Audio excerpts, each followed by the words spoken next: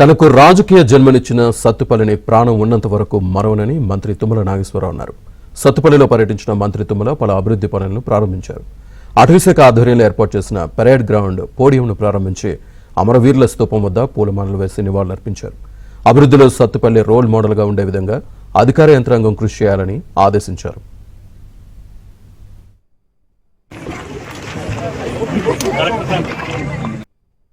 సత్తుపల్లిని నా జీవితంలో మరవను అని చెప్పి కూడా ఈ సందర్భంగా అక్కడ ఏ పార్టీ వాళ్ళైనా ఉండొచ్చు, ఏ శాసనసభ్యులైనా ఉండొచ్చు, ఏ పార్లమెంట్ సభ్యులైనా ఉండొచ్చు, కొంతమందితో ఆటంకాలు కూడా రావచ్చు. అయినా సరే కార్యక్రమం పూర్తయ్యేదాకా అందరినీ మానసికంగా ఒప్పించి సంతోషపెట్టి ఆ ప్రజా అవసరాల కార్యక్రమాలు, అది గ్రీన్ ఫీల్డ్ హైవేనా, బీర్త్పల్లి హై లెవెల్ కెనాల్ అలైన్మెంటా, రేపు రాబోయేటటువంటి రైల్వే లైన్సా, అన్నింటినీ కూడా నేను సత్తుపల్లి కేంద్రీకరించే నా జీవితం, నా భవిష్యత్తు ఉంటుంది అని చెప్పి మీకు ఈ సందర్భంగా మనం చేస్తాం. తెలంగాణలోనే కాదు, ఉమ్మడి రాష్ట్రంలో సత్తుపల్లికి ఒక ప్రతిష్ఠ ఉంది.